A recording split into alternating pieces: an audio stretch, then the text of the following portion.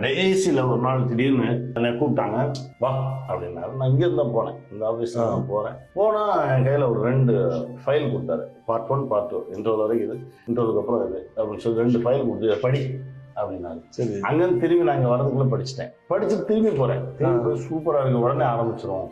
அப்போ தான் சொன்னார், ஒருவேளை நான் எடுக்கலான்னா நீ எடுத்துரு அப்படின்னாரு. சார் நம்ம சேர்ந்து எடுப்போம் சார், நீங்கள் எடுங்க, நான் பின்னாடி நிற்கிறேன், எப்பவும் போல உங்களுக்கு துணையாக நான் நிற்பேன் அப்படின்னு ஆரம்பித்தோம். அது நடக்கலை. ரொம்ப பெரிய வழி. அது அழகான கதை. இதில் காதல் இருக்கும், குழந்தைகள் சம்பந்தமான விஷயம், அழகான குடும்பம், பயங்கர எமோஷனலான. என்ன தலைப்பு தெரிஞ்சுக்கலாமா? கடவுளை காண்போம் வா. அதான் சொன்னார் அவர். சார் முதல்ல வச்ச டைட்டில் வந்து தி எண்டு. தி எண்டு அதான் சார் ட்ராமாவுக்கு முதல்ல வச்சது. அப்போ தான் எல்லோரும் கேட்டிருக்காங்க, என்னையா முதல் டைட்டில் தி எண்டுன்னு வைக்கிறீங்க அப்படின்னு. படத்துக்கு வச்சது உங்களுக்கு தெரிஞ்சிருக்கும், நீர் குமிழி. அதற்கு பிறகு கடைசியாக வச்ச டைட்டில் வந்து கடவுள் காண்போம் வா.